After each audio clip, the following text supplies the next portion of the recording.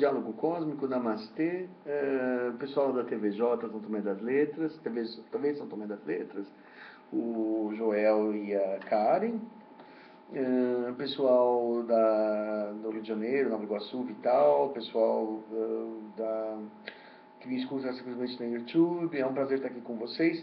Vou fazer um final aqui, um grande finale sobre os Essassani, que são os seres que o Daryl Anka lá dos Estados Unidos vem canalizando, seriam híbridos, né, de greys com humanos que viveriam num outro planeta na direção de Orion, na direção da constelação de Orion, não na constelação de Orion.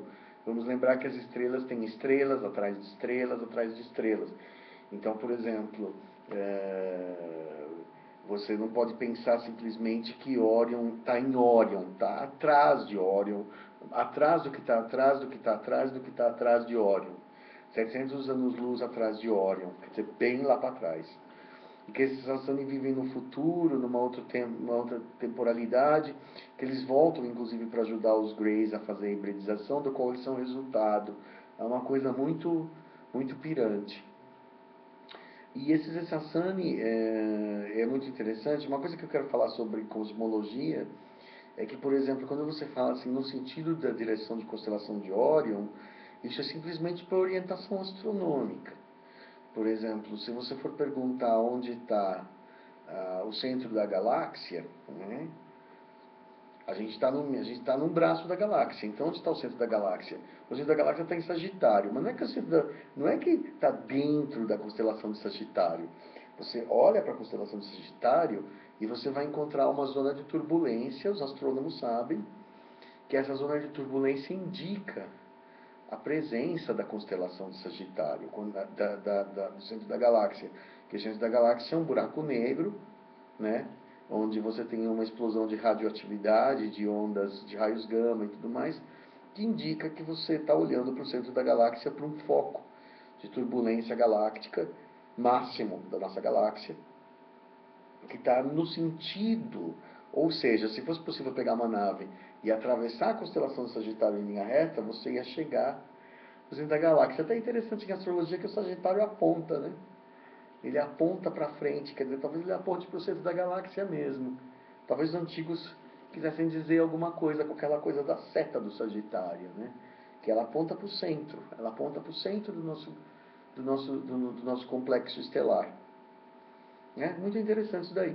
Bom, vou falar um pouquinho mais das filosofias Sassanis confusas, que eu, sinceramente, não entendi muito bem, vou ser sincero, mas eu deixo para vocês as charadas aqui, né? Ele fala do que negócio do não julgar, né? Depois ele fala assim: tudo que você garante, que você dividir com alguém em uma experiência em comum, é porque você concordou em criar sua própria versão de sua realidade.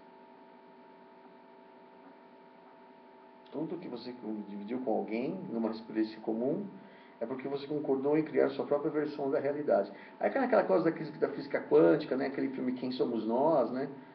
Who the bleep are us, né? Quer dizer, você mentaliza a realidade e molda a realidade, coisa que eu não acredito completamente, não. Eu acredito muito nas leis do karma, eu acredito muito na rigidez das coisas. A gente passa por certas coisas que a gente não planejou. Pelo menos não planejou nesse corpo físico. Pode ser que tenha planejado lá no astral, mas aqui na Terra você simplesmente vive aquilo. Eu não concordo completamente com essa ideia. Acho que é uma ideia muito meio otimista, mas assim um pouco ingênua de que é só você querer as coisas e elas acontecem. Não é bem assim. Claro que você atrai aquilo que você pensa. Se você forma uma mente clara, você começa a mentalizar: eu preciso fazer isso, eu preciso fazer isso, eu preciso fazer isso, você consegue fazer. Né? O famoso querer é poder, mas existe um limite. Porque você interage com a vontade dos outros seres do universo também. Permitindo alguém a viver a vida que você escolhe é garantir a igualdade e a validação do todo. Tudo que significa para você, é parte do tudo é. E automaticamente suporta tudo que você faz, deixando que tudo, e assim permitindo que tudo que é, suporte você.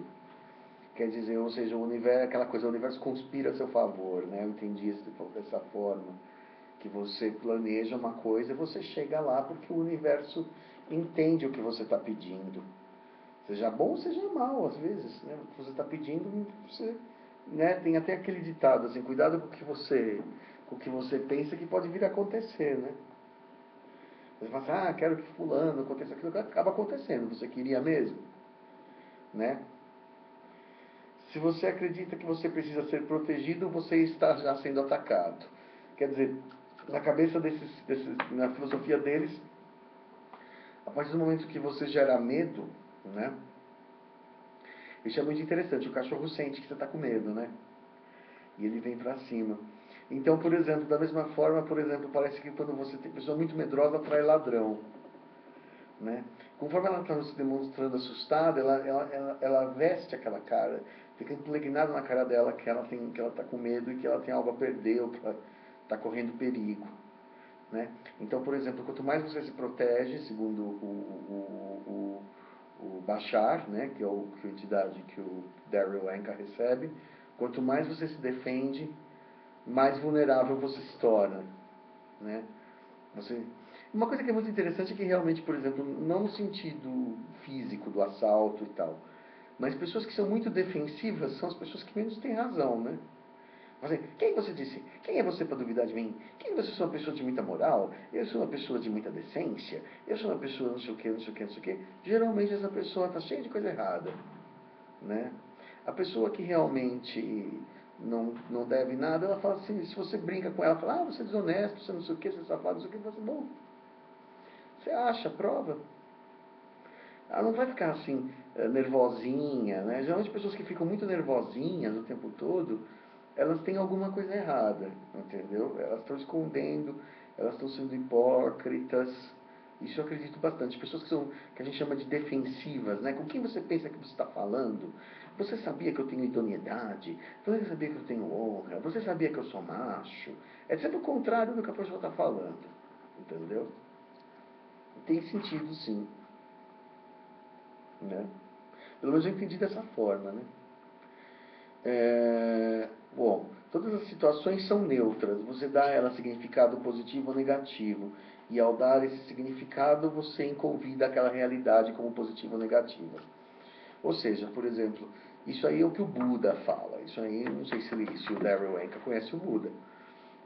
O Buda fala que o universo ele não é bom nem mal, o universo é, né?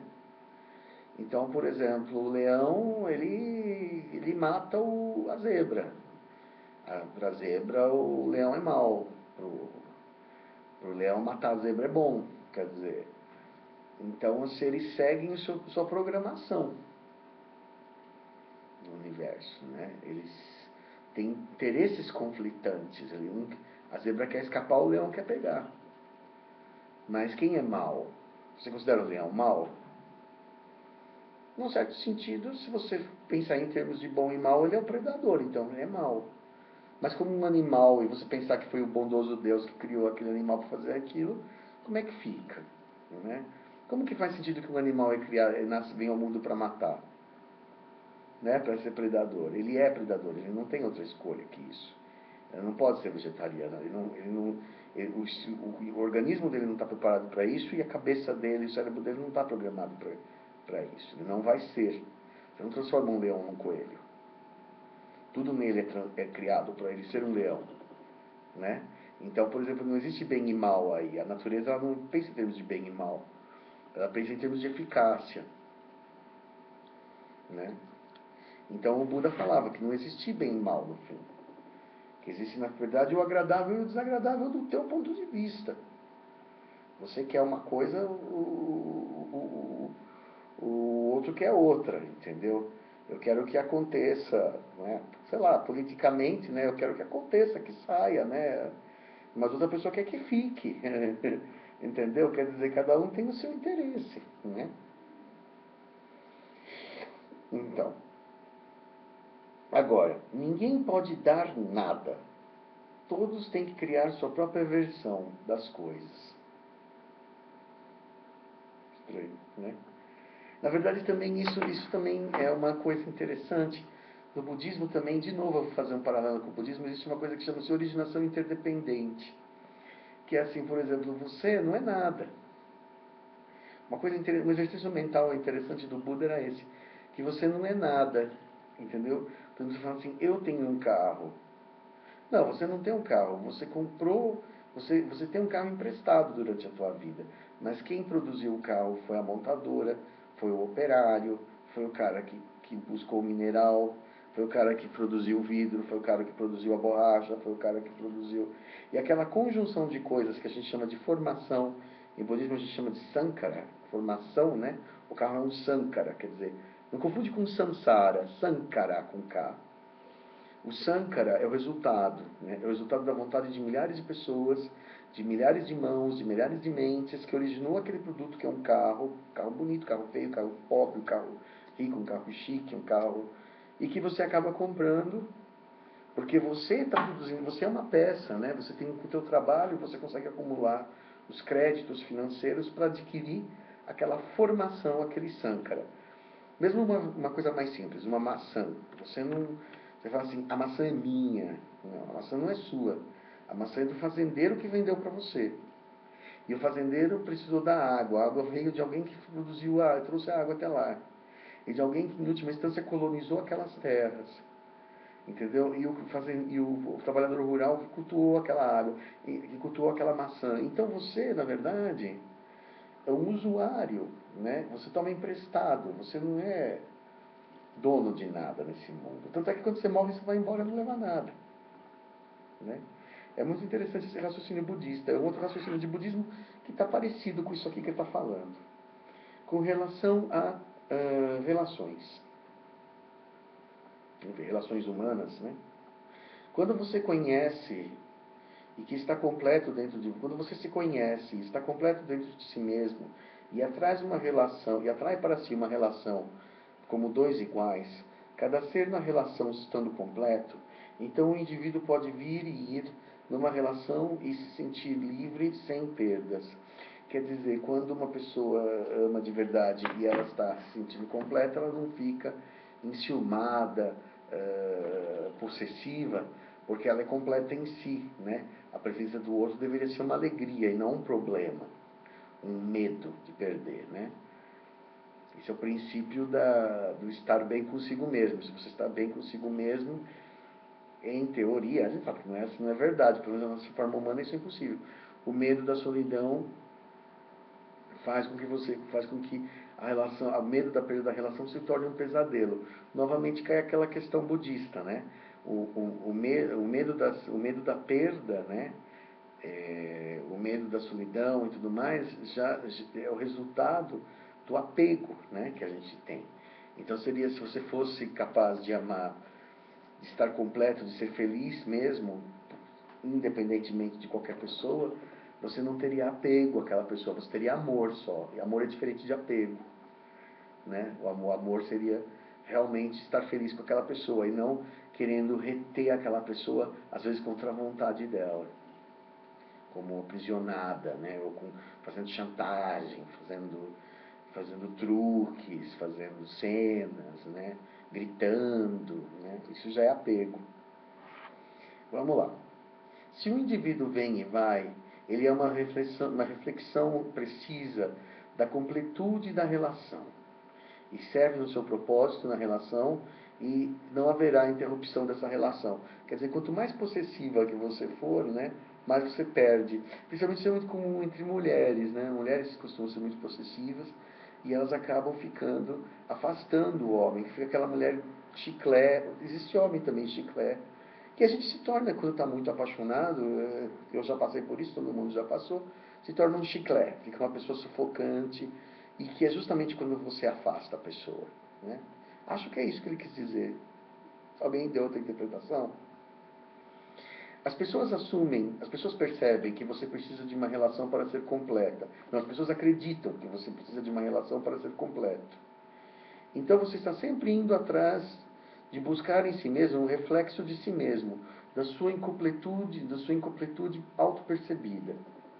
Você atrairá alguém que agirá incompletamente, lembrando-se que você também é o que você acredita ser. Quer dizer, por exemplo, quando você está inseguro e fraco, né? você também vai começar a produzir relações baseadas em segurança e fraqueza, né? Ou você vai tentar comprar o outro, ou você vai tentar buscar fraqueza no outro, vai tentar macumbar o outro, entendeu? Vai tentar mil e uma coisas para reter, né? E você vai ter uma relação incompleta. Quem entende um pouquinho de macumba sabe que, por exemplo, que macumba de amor é uma burrada, né? Porque você faz macumba de amor, a pessoa fica com você contra a vontade. Então ela fica na sua casa te odiando, te xingando o dia inteiro. Eu conheço a história de uma travesti que macumbou um cara que era hétero, entendeu? Ela macumbou o cara e o cara ficou com ela, batia nela todo dia. Falava, você não sei porque eu tô com você, eu te odeio, eu nem gosto de travesti. E aí ela foi no pai de santo e pediu para desmanchar, né? E aí, só que a macumba tinha sido enterrada na encruzilhada. E a encruzilhada tinha sido asfaltada. Aí o que aconteceu? Ela ficou presa àquele cara. O pai de santo falou assim, olha, são 7 anos que vai a validade dessa macumba. Aí ela fugiu para Milão. Não deixou endereço para ninguém, não deixou nem para a mãe. O cara achou ela em Milão sem endereço. Aí ela fugiu para Paris. Ele achou ela em Paris sem endereço. E foi batendo nela por 7 anos, e foi xingando ela, e pendurou nela, e fez ela sustentá-lo, e enchia a boca dela de porrada todo dia, e falava, te odeio, te odeio, te odeio, até completar 7 anos e desistir e ir embora. Né? Por que acontece isso? Porque você, na tua insegurança, você quer segurar alguém a qualquer preço, né?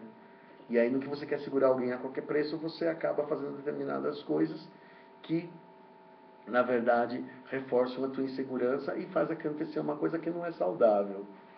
Eu entendo assim, que é isso que eles querem dizer.